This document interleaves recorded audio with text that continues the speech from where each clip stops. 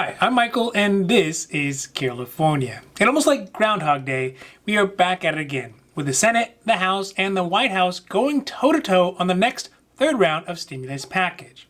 In this case, the upper hand is on the side of Democrats, but that doesn't ensure that Americans, who are still struggling as a result of the pandemic, the continuing lockdown, and the subsequent economic crisis, will see more support any sooner than last time. President Biden has proposed his $1.9 trillion relief package that includes things like an additional $1,400 stimulus check, as well as state and local funding and provisions for a raise in the national minimum wage up to $15 per hour. But this week, a group of 10 senators, including Republican Susan Collins, has made their first counteroffer with a much smaller stimulus bill that's at an estimated $618 billion.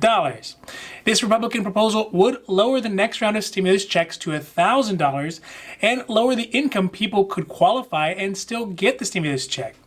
Although in this position of strength, it does leave Biden and the Democrats in a situation where they have to choose their path that will set the precedent for the next 4 years.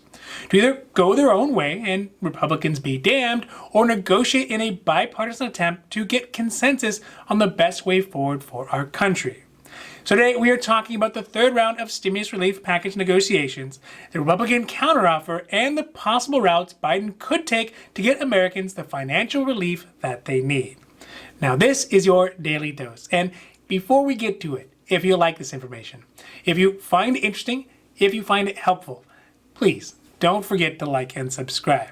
That way you can get updates when our newest and most informative videos become available. Yesterday, a group of 10 senators, including Republican Susan Collins out of Maine and Mitt Romney out of Utah, met with the Biden administration to discuss their vision for the next round of stimulus relief packages. The 2-hour meeting ended with no consensus, but as Senator Collins put it, quote, "It was a very good exchange of views. I wouldn't say that we came together on a package tonight. No one expect that in a 2-hour meeting," end quote. The crux of the matter is that the Republicans are uncomfortable with the size of the president's $1.9 trillion relief package and wanted to offer a smaller, targeted version of relief that amounts to around $618 billion. In many ways, this seems like the negotiations that you or I would see on a show like Pawn Stars, where somebody starts with a high number, there's some banter, it's countered with a low offer, and eventually they meet somewhere in the middle. But the reality is that President Biden is at a crossroads because he doesn't actually have to negotiate. But this is the first real decision that could really signal how committed he is to his bipartisan rhetoric that he used during his campaign, especially when it comes up against the reality of managing a country that is in crisis. Whatever direction he does decide to go in, though, it's going to need to happen quick, as most of the supports that were extended in the December relief package will expire as of March, which is only a short 28 days away. So on the Republican side of the negotiation, it looks very much like what you would expect. It's a much smaller budget and cuts out some of the key Democratic provisions that previously were seen by Republicans as a blue state bailout. Mainly billions in funds for state and local governments, predominantly aimed at states like California and New York, that would help them to recover and to strengthen their community safety nets. It would, however, include stimulus checks, additional unemployment funds, funds for protective equipment, vaccines and testing, and additional help to get schools reopened, which is a vital step in getting the economy up and running once again. One very big difference between the Biden proposal and the new Republican proposal is a scaling back of who would be eligible for the next round of stimulus checks and the size of those checks. They would first lower the next stimulus check down to $1,000 rather than $1,400, which is in the Biden proposal. And then they would also change the income limit for who is eligible for the stimulus checks from $75,000 a year to $50,000 a year for an individual. The last major change to the stimulus portion would be to keep the extended unemployment benefits through June at a $300 a week rate, rather than the $400 a week rate out until September that's in the Biden proposal. So overall, it is easy to see that the Republicans, with their pared down stimulus bill, are trying to meet the dual aims of lowering the cost and scaling back the social benefits that have creeped up in the last year, specifically and mainly in those blue states. Now on the Biden side, things are considerably more interesting because he has a couple of different options. The Republicans, they basically have one move, which is to lowball the price and drag their feet until they get their way or until somebody defects. But Biden is in a bit of a quandary. This is the beginning of his journey as president, and he has to choose his path. Should he work with Republicans or should he go alone? And this decision isn't so easy. One, because he got elected to office by saying that he would be a president that works with both sides, which often holds up until the first time someone disagrees with another.